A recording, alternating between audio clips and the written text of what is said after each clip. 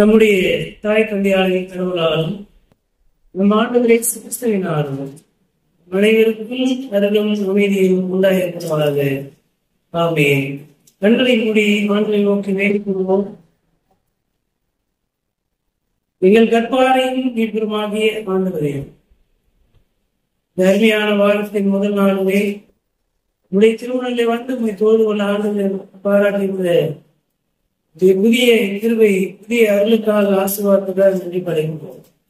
இப்பொழுதும் இந்த திருமறையின் வார்த்தையை கேட்க என்னுடைய செவிகளையும் உள்ளத்தையும் திறந்தரும் தூயாவியானவராலே எனக்கு நிரப்பியரும் வார்த்தையை கேட்டு அதை இதயத்தை பாதுகாத்து பத்திரிகை நாங்கள் மேலோங்கி வளர உதவி செய்கிறார்கள். இயேசு வழியை வேண்டுதல் செய்கிறோம். நன்றி, நல்ல கருணை.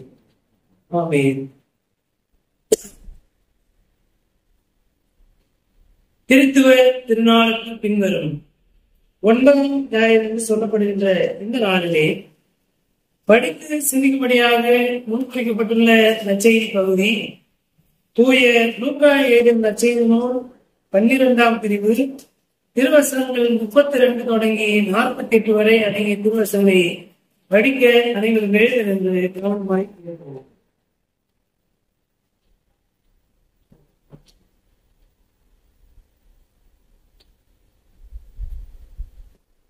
லூக்கா நற்செய்தி நூல் 12ஆம் பிரிவு திருவசனங்கள் 32 தொடங்கி 48 வரை. இயேசு சொன்னதாவது: சிறுமந்தையாகிய நீங்கள் அஞ்ச வேண்டாம்.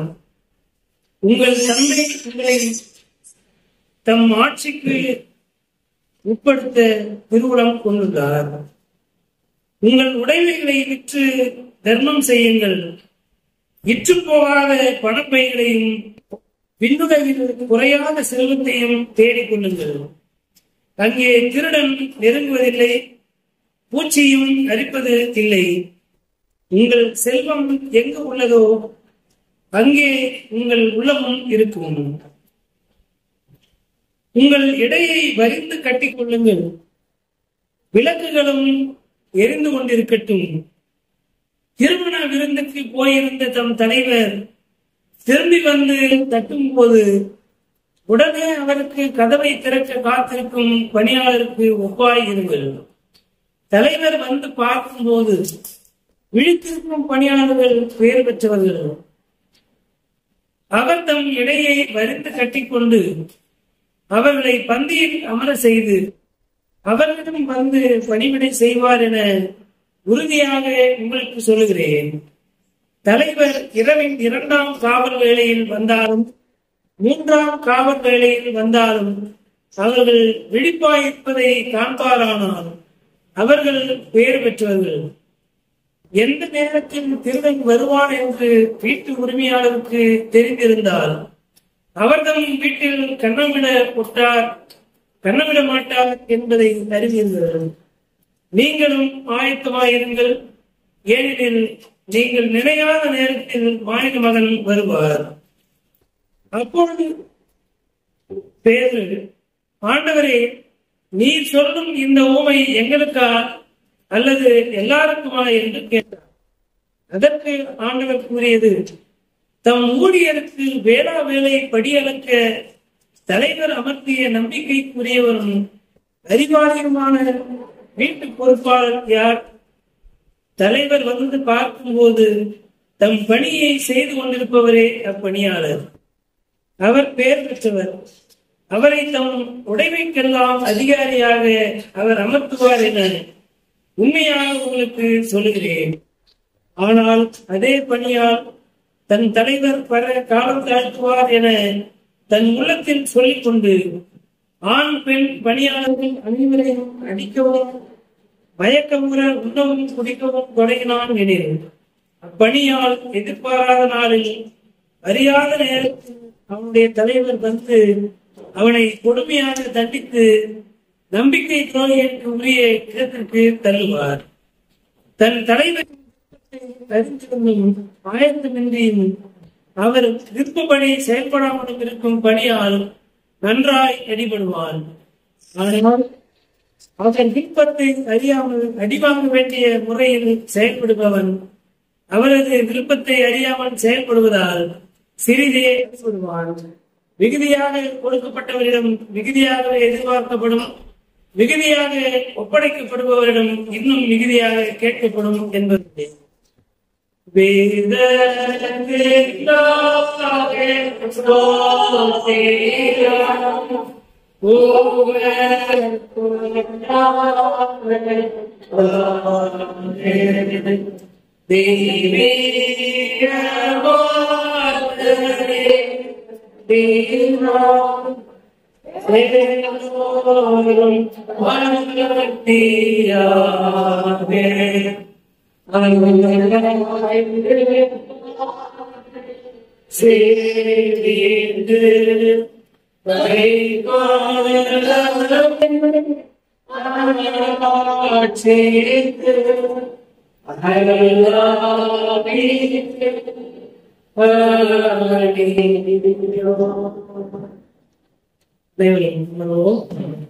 கிறிஸ்துவுக்குள் அன்பான பெற்றோர்களே, பெரியோர்களே, வாலிப பிள்ளைகளே, குழந்தைகளே, சகோதர சகோதரிகளே, அனைவரையும் ஆண்டவர் இயேசு கிறிஸ்துவின் திருப்பெயராலே வாழ்த்துகின்றேன். திருத்துவ திருநாள் பின்வரும் 9ஆம் ஞாயிறு என்று சொல்லப்படுகின்ற இந்த நாளிலே இறையாட்சி என்பதை கருப்பொருளாக கொண்டு இந்த நாளின் சிந்தனையை அலுவலையாக நாம் பெற்றுக்கொள்கிறோம். Reign of God, Kingdom of God. Kingdom of God என்பதற்கும் Reign of God என்பதற்கும் ஒரு வித்தியாசம் இருக்கு. Kingdom of God அப்படின்னாக்கா அது ஒரு ஆணாதிக்க சொல். ஆணாதிக்க அரசர். ஒரு அரசாட்சி என்பது அரசரும் இருப்பார், அரசியல் இருப்பார். சில நாடுகளை ஆண்கள் அரசராயிருந்து ஆளுகை செய்கிறார்கள். சில நாடுகளிலே பெண்கள் அரசியாயிருந்து நாட்டை நடத்துகிறார்கள். ஆகவே கடவுளை பாலினத்திற்கு அப்பாற்பட்டவராக பார்க்க வேண்டும் என்பதற்காக ஆங்கிலத்திலே ஒரு வார்த்தையை கண்டுபிடித்து அந்த வார்த்தையை தான் இங்கே சொல்லுகிறார். Reign of God அப்படின்னா ஆட்சி. கிங்டம் ஆஃப் காட் அப்படின்னாக்க கடவுளின் அரசாட்சி. Reign of Godனா கடவுளின் ஆட்சி. இப்போ இறை ஆட்சி, கடவுள் அங்கே அரசாளுகிறார். கடவுள் எப்படிப்பட்டவர், கடவுளுடைய அரசு என்பது எப்படி இருக்கும் என்பதை கடவுளை வைத்துதான் நம்ப முடிவு செய்ய. கடவுள் எப்படிப்பட்டவர்? அன்பு நிறைந்தவர், நீதி நிறைந்தவர், இரக்கம் நிறைந்தவர், கோபப்படுவதற்கு தாமதிக்கின்ற கடவுள், பேரன்பும் பேரிரக்கமும் நிறைந்த கடவுள், நீடிய பொறுமை உள்ளவர். கோபப்படுவதற்கு கடவுள் நீடிய பொறுமை உள்ளவராய் இருக்கிறார். அன்பு பாராட்டுவதற்கும் அரவணைத்துக் கொள்வதற்கும் அதிகமாக நேரத்தை ஆண்டவர் எடுத்துக் கொள்வதில்லை. எப்பொழுதும் அவர் அன்பு செலுத்துகிறவராக இருக்கிறார். நாம் பாவம் செய்கின்ற போது நம்மை தண்டிக்க வேண்டும், ஒழுங்குபடுத்த வேண்டும். அதே நேரத்திலே நாம் செய்த ஒவ்வொரு செயலுக்கும் அப்பப்பவே கடவுள் தண்டிப்பதில்லை. நம்மை தண்டிப்பதற்கு நம்ம மேல் கோபப்படுவதற்கு ஆண்டவர் காலங்களை எடுத்துக் கொள்வார். இதுதானே சிந்திக்கிற அப்புறம் சரியாயிடுச்சு, பாத்துக்கலாம், நம்ம உள்ளதானே என்ற எண்ணம் கடவுளுடைய அன்பின் வெளிப்பாடு. அப்போ இறையாட்சி என்று வருகின்ற போது அன்பு, நீதி, இரக்கம், சமாதானம், கோபப்படுவதற்கு தாமதிக்கின்ற கடவுள். கடவுள் எடுத்த உடனே தண்டிக்கின்ற கடவுள் கிடையாது. அவர் அன்பினால் கட்டி எழுப்புகின்ற ஆண்டவர். அவருடைய ஆளுகை என்பது அன்பை, நீதியை அடித்தளமாக கொண்ட ஆளுகை. ஆகவே அப்படி இருக்கின்ற போது முதலாவது நாம் இந்த நாளில் படிக்க கேட்ட இந்த பகுதியில் சங்கீதத்திலே பார்த்தோம்னா, சங்கீதம் 25 எடுத்து பார்த்தோன்னா கடவுள் நீதியுள்ள கடவுள். அந்த திருப்பாடல் முழுவதும் நம்ம படிச்சு பார்த்தோம்னா கடவுள் நீதி உள்ளவராய் இருக்கிறார் என்பதை நாம் பார்க்க முடியும். ஆண்டவர் நல்லவர், நேர்மை உள்ளவர், ஆகையால் அவர் பாவிகளுக்கு நல்வழியை கற்பிக்கின்றார், வழியை தெரிவிக்கிறார் அப்படின்னு இருக்கு இல்லையா? அந்த வழி நல்ல நமக்கு தெரியாது. கடவுள் நல்லவர், எனவே அவர் காண்பிக்கின்ற வழி நல்ல வழி. கடவுள் நல்வழியை காண்பிக்கிறவரா இருக்கிறார். யாருக்கு? பாவிகளுக்கு. யார் பாவிகள்? எல்லாருமே பாவிகள். எல்லாருமே எல்லா நேரங்களிலுமே கடவுளுக்கு ஏற்புடையவற்றை நாம் செய்வதில்லை. மனித இயல்பின்படி பல நேரங்களிலே கடவுளுடைய கட்டளைகளையும் வார்த்தைகளையும் மீறி நாம் நடக்கின்றோம். அப்பொழுது ஏதாவது ஒரு வழியில போ என்று சொல்லுகின்ற ஆண்டவர் அல்ல, நாம் நடக்க வேண்டிய வழி என்னதென்பதை நமக்கு காண்பித்து நமக்கு வழிகாட்டியாய் இருக்கின்ற ஆண்டவராய் இருக்கிறார். எனவே கடவுள் பாவிகளுக்கு நல்வழியை கற்பிக்கின்றார். எளியோரை நேரிய வழியில் நடத்தி, எளியோரை நேரிய வழியில் அவர் நடத்துகின்றார், எளியோருக்கு தமது வழியை கற்பிக்கின்றார். அப்ப கடவுள் தம்முடைய அரசுக்கான வழியை நமக்கு காண்பிக்கின்றார். அவருடைய அரசிலே நம்மை சேர்த்துக் கொள்கிறார். அந்த அரசுக்கு எப்படி வர வேண்டும் என்ற வழியை நமக்கு ஆண்டவர் காண்பிக்கின்றார். ஆகவே நாம் கடவுளின் மக்களாய் இருப்பதற்கு, கடவுளுடைய ஆளுகைக்குள்ளாக இருப்பதற்கு நம்மை நாம் ஒப்புவிக்க அழைக்கப்படுகிறோம். அதே 15ஆம் அதிகாரத்திலே ஆபிரகாமுடைய வாழ்வில் நடந்த ஒரு நிகழ்வை இங்கே சொல்லுகின்றார். ஆபிரகாமும் சாராவும் குழந்தையின் அற்ற நிலையிலே அவர்கள் வாழ்ந்து கொண்டிருக்கிறார். கணவன் மனைவி உறவு பலப்படும் குழந்தை செல்வம் என்பது தேவையா இருக்குது. இல்லாதவர்கள் எல்லாம் சபிக்கப்பட்டவர்கள் என்று, குழந்தை செல்வம் இருக்கிறவங்க எல்லாம் பிளஸட் என்று பார்க்கக்கூடாது. ஆனால் ஒரு கணவன் மனைவிக்குள்ள பிரச்சனையா விரும்பி போறாங்க, என்ன சொல்றான்? 1000 பிரச்சனை இருந்தாலும் உலகம் முகத்தை பாரு சொல்றோம் இல்லையா? ஆனால் எண்ணத்தை சொல்லி ஆபிரகாமை ஆறுதல் படுத்துவது. பிள்ளைகளற்ற நிலையில இருக்கின்ற ஆபிரகாமை கடவுள் சந்திக்க வருகிறார். ட்ரினிட்டேரியன் காட், திருத்துவ கடவுள் எங்கே இருக்கிறார் என்பதை முதலாக இங்கிருந்துதான் அந்த வசனத்தை எடுக்கிறார். அங்கே பிதா குமாரன் பரிசுத்தாவி என்று இருக்காரு. ஆனால் 3 பேர் ஆபிரகாமை சந்திக்க வருகிறார். அப்பொழுது ஆபிரகாம் தன்னிடமாக முன்வந்து, அந்த தூதர்கள் எங்களுக்கு பாய் போடு, எங்களுக்கு சாப்பாடு போடு என்றெல்லாம் கேட்கவில்லை. எப்பொழுதும் கடவுளோடு இடைப்படுகின்ற மனிதனாக இருந்தபடினாலே வருகிறவர்கள் கடவுளுடைய பிரதிநிதிகளாய் இருக்கிறார்கள் என்று உணர்ந்து அவனை வரவேற்று அவளை உபசரிக்கின்றார்.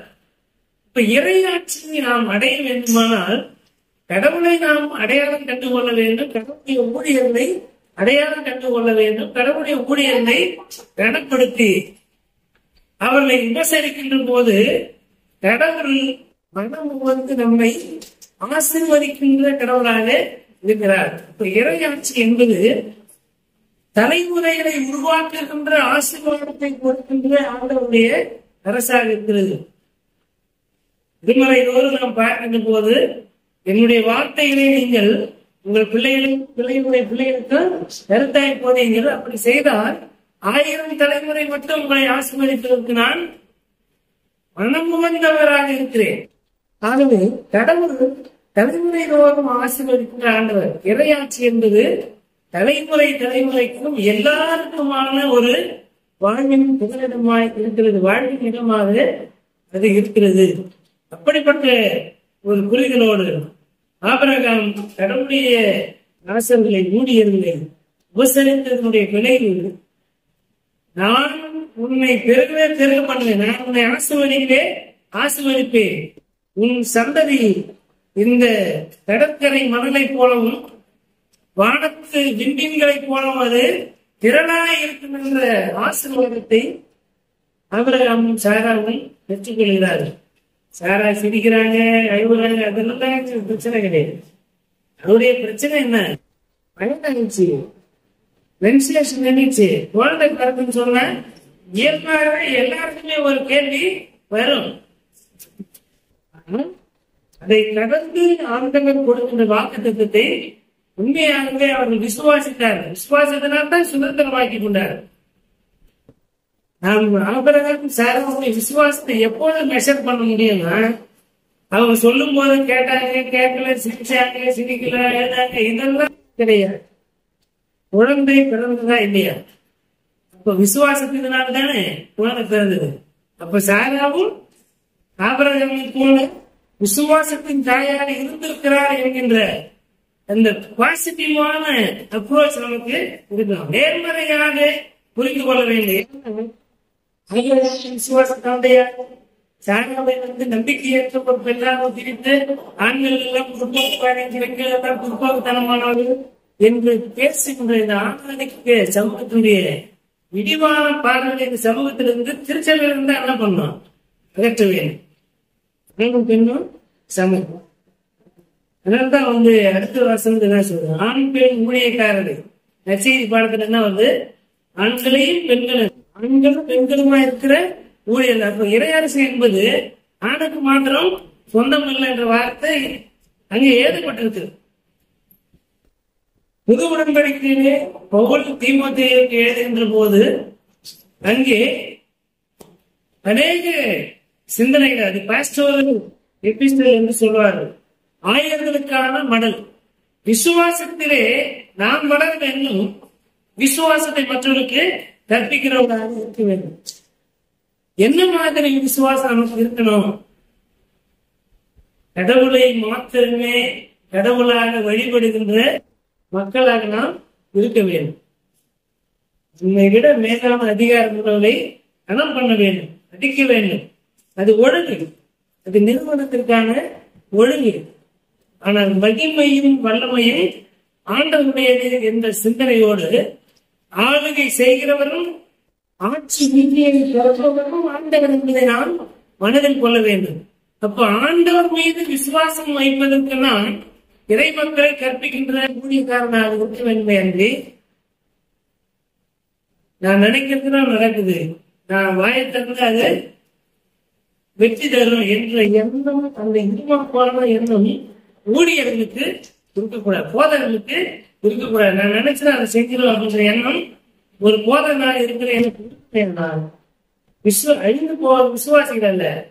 ஆனா கடவுளை மாத்திரமே பற்றி கொள்வதற்கு இறை மக்களை இறை வார்த்தைகளாலே இறைவனுடைய கட்டளைகளாலே ஆற்றல் படுத்துகின்ற, கற்பித்து வழிநடத்துகின்ற ஒரு போதனை சமர்ப்பணங்கள் இருக்க வேண்டும்.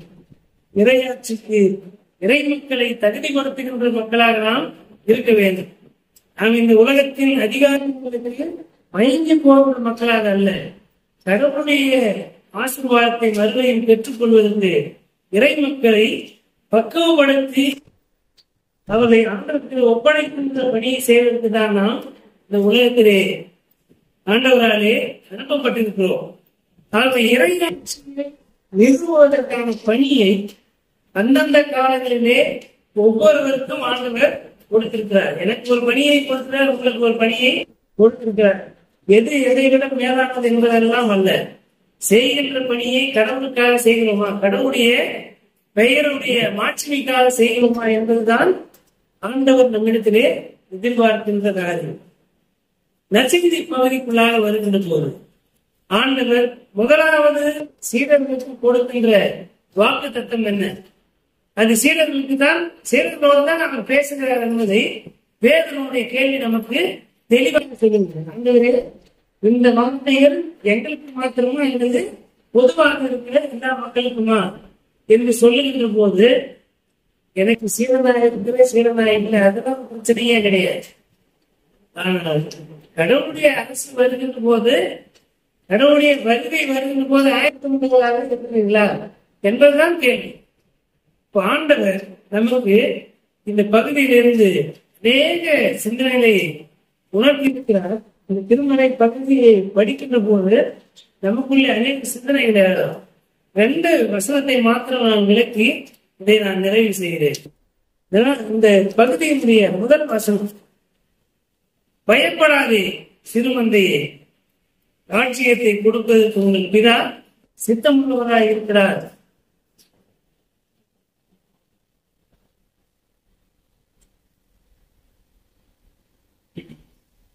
சிறுமந்தையாகிய நீங்கள் அஞ்ச வேண்டாம், உங்கள் தந்தை உங்களை தம் ஆட்சிக்கு உட்படுத்த திருவுளம் கொண்டுள்ளார். பாருங்க, பழைய மொழிபெயர்ப்புக்கும் புது மொழிபெயர்ப்புக்கும் வேறுபாடு இருக்குது. நம்ம எல்லாருமே என்ன செய்யணும் அப்படின்னா, பயப்படாதே சிறுமந்தையே, ராட்சியத்தை கொடுப்பதற்கு உங்கள் பிதா சித்தமுள்ளவராய் இருக்கிறார். நமக்கு ஆளுகிற அதிகாரத்தை கொடுக்கிறார். நான் ஆளுகை செய்வதற்காக பிறந்திருக்கிறேன் என்ற எண்ணம் நமக்குள்ளே வரத்தக்கதாக அந்த வசனம் அப்படி இருக்கிறது. இதை படிக்கிற போது அப்படிதான் புரிந்து கொள்ளுகிற இந்த சூழல் இருக்கிறது. ஆனால் செய்தி என்னவென்றால், உங்கள் தந்தை உங்களை தம் ஆட்சிக்கு உட்படுத்த கடவுளே நாடுகிறார். இந்த உலகத்தில் ஆட்சிக்கு உட்படுத்துவதற்கு அல்ல, இந்த உலகத்திலே இருக்கிறவர்கள் ஆட்சி செய்கிறது போல அல்ல. கடவுள் தம்முடைய திருவுளத்தின்படி தம்முடைய ஆட்சிக்குள்ளாக நாம் இருப்பதற்காக தம்முடைய பிள்ளைகளாக, சிம்பிள் லாங்குவேஜ், நாம் கடவுளுடைய பிள்ளைகள். அவர் தம்முடைய சாயலை நம்மை படைத்திருக்கிறார். நாம் நம்முடைய பாவம் நம்முடைய கீழ்ப்படியாமையினாலே கடவுளுடைய சாயலை இழந்து வீட்டு போன நிலையில இருக்கிறோம். தம் ஆட்சி உரிமைக்கு உட்படுத்துகிறார் என்றால், ஏதோ கடவுள் ஆண்டான் போலவும் நம்மை அடிமை போலவும் நடத்துகின்ற கிடையாது. கடவுள் தம்முடைய ஆட்சிக்கு உட்படுத்துகிறார் என்றால், கடவுள் நம்மை தமது பிள்ளைகளாக்கிக் கொள்கிறார் என்பதுதான் செய்தி. தகப்பனை பரத்தை விரோதமாகவும் அது பார்வையை நான் பாவம் செய்தேன், விதிமுறை மகன் சொல்லப்படுகிறார்கள், நான் தகுந்தவன் அல்ல சொல்லுகிற போது, பரவாயில்ல தப்பு பண்ணிட்ட, வா தோட்டத்துல போய் வேலை செய்ய சொல்லுகின்ற தந்தை அல்ல. எத்தனை பாவம் செய்திருந்தாலும், எத்தனை இங்கிருந்தவர்கள் செய்திருந்தாலும், எத்தனைத்தான் நாம் தூரம் போயிருந்தாலும், நாம் மனம் திரும்பி ஆண்டவத்தில் வருகின்ற போது நம்மை வேலைக்காரர்களாக அல்ல, தம்முடைய பிள்ளைகளாகவே சேர்த்துக் கொள்கின்ற ஆண்டவரை நம்முடைய கடவுளாக நாம்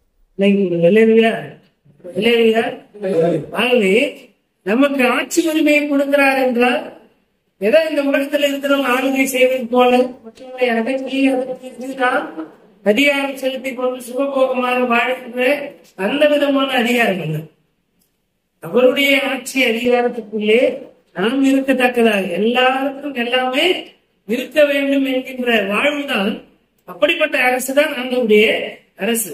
இங்கே ஆண் பெண் கிரேக்கன் என்றும் அடிமையான என்று சுவாதீனமான பாகுபாடெல்லாம் கிடையாது. கடவுள் எல்லாருக்குமானவர். ஒரு குடும்பத்திற்கோ அல்லது ஒரு சார்பினருக்கோ அல்ல, எல்லாருக்கும் அவர் நன்மை செய்கிறவராய் எல்லோரையும் தம்முடைய அரவணைத்துக் கொள்ளுகின்ற ஆண்டவராய் இருக்கிறார்.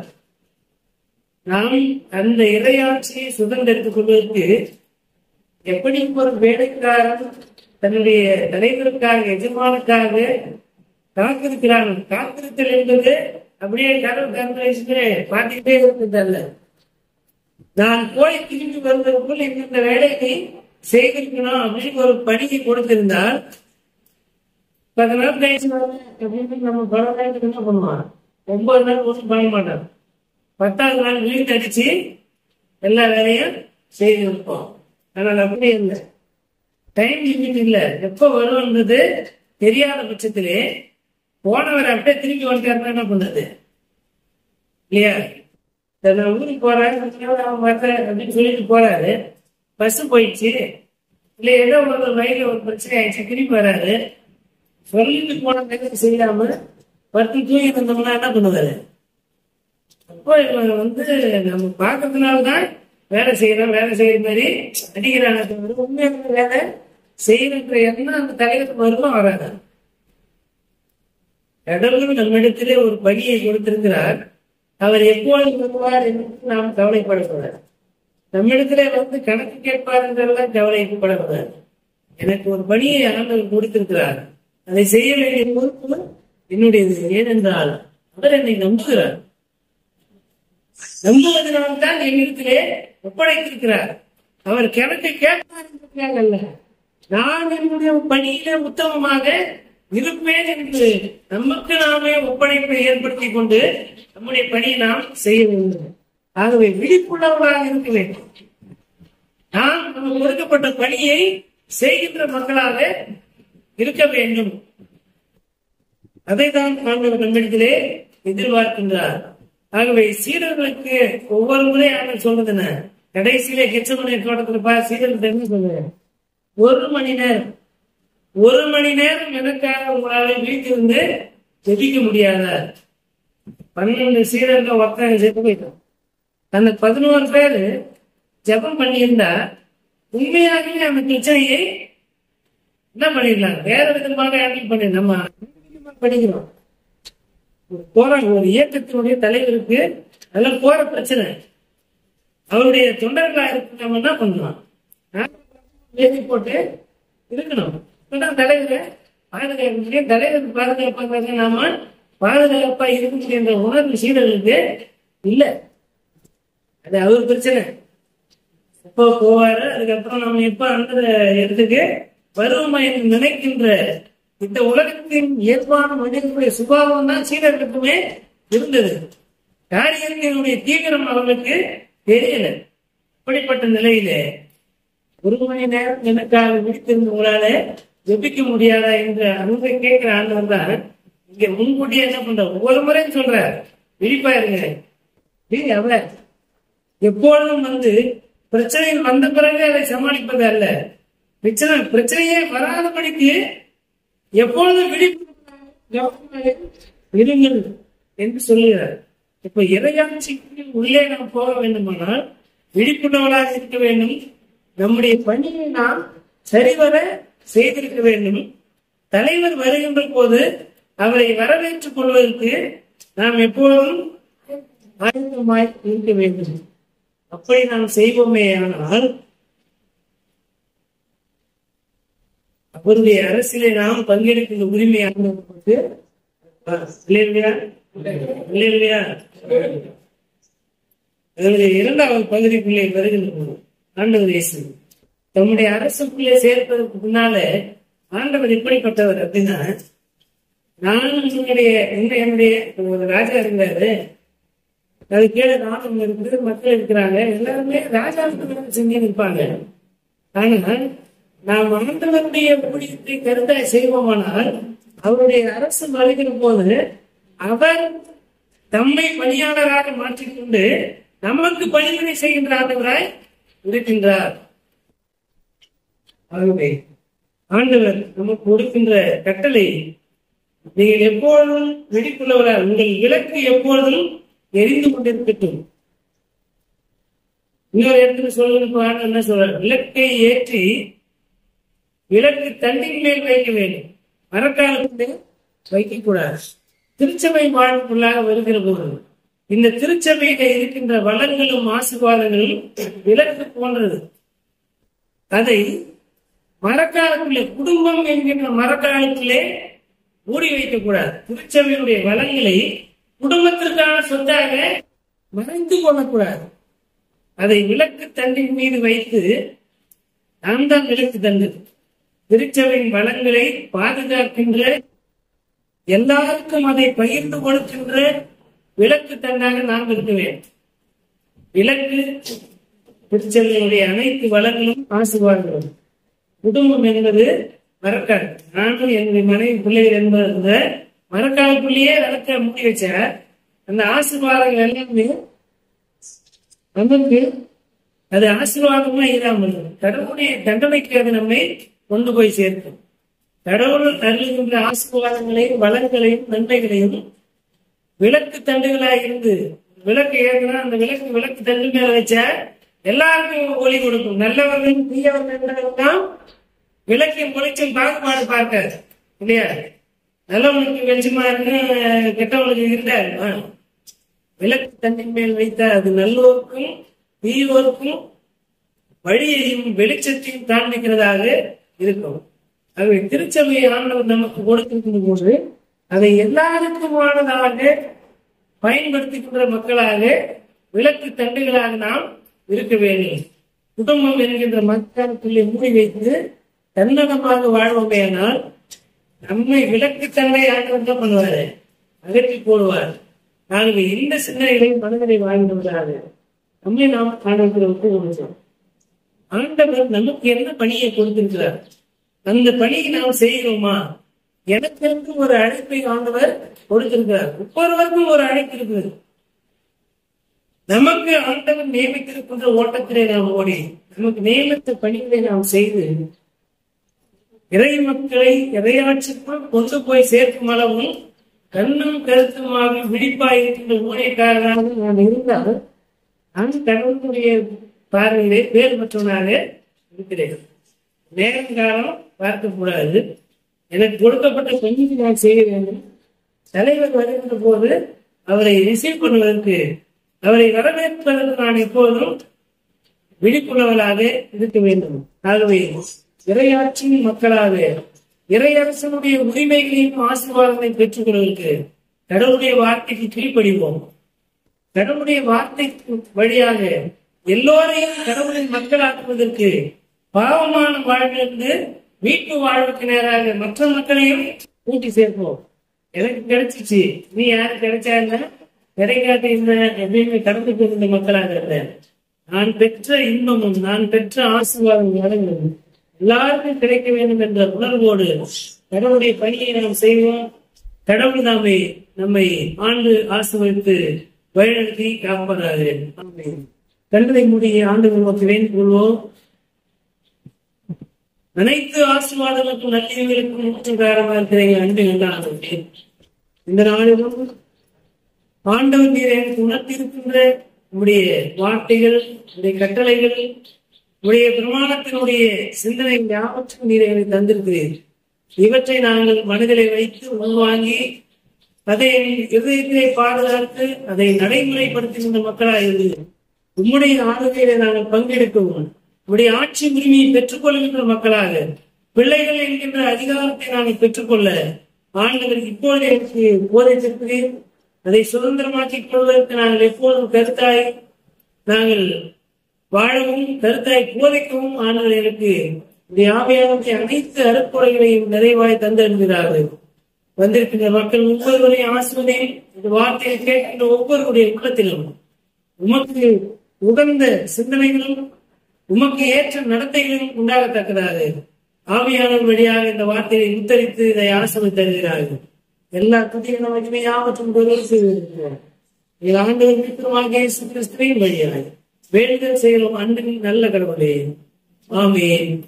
அனைத்து ஆற்றல் நிறைந்த நம்முடைய தாய் தந்தையுமாகி கடவுளுடைய அன்பும் நம்முடைய ஆண்டவர் மித்திரமாக இயேசு கிறிஸ்துவின் அருளும் அமைதியும் தூய ஆவியானவருடைய வல்லமையுள்ள பாதுகாப்பு பராமரிக்கும் மாநகரத்தை உடன்படிக்கை உறவும் ஐக்கியமும் வேண்டும். இன்றும் என்றும் எல்லா காலம் நம்மை நீடித்து நிலைத்திருந்து வழங்கி காப்பனவாகும். ஆமென்.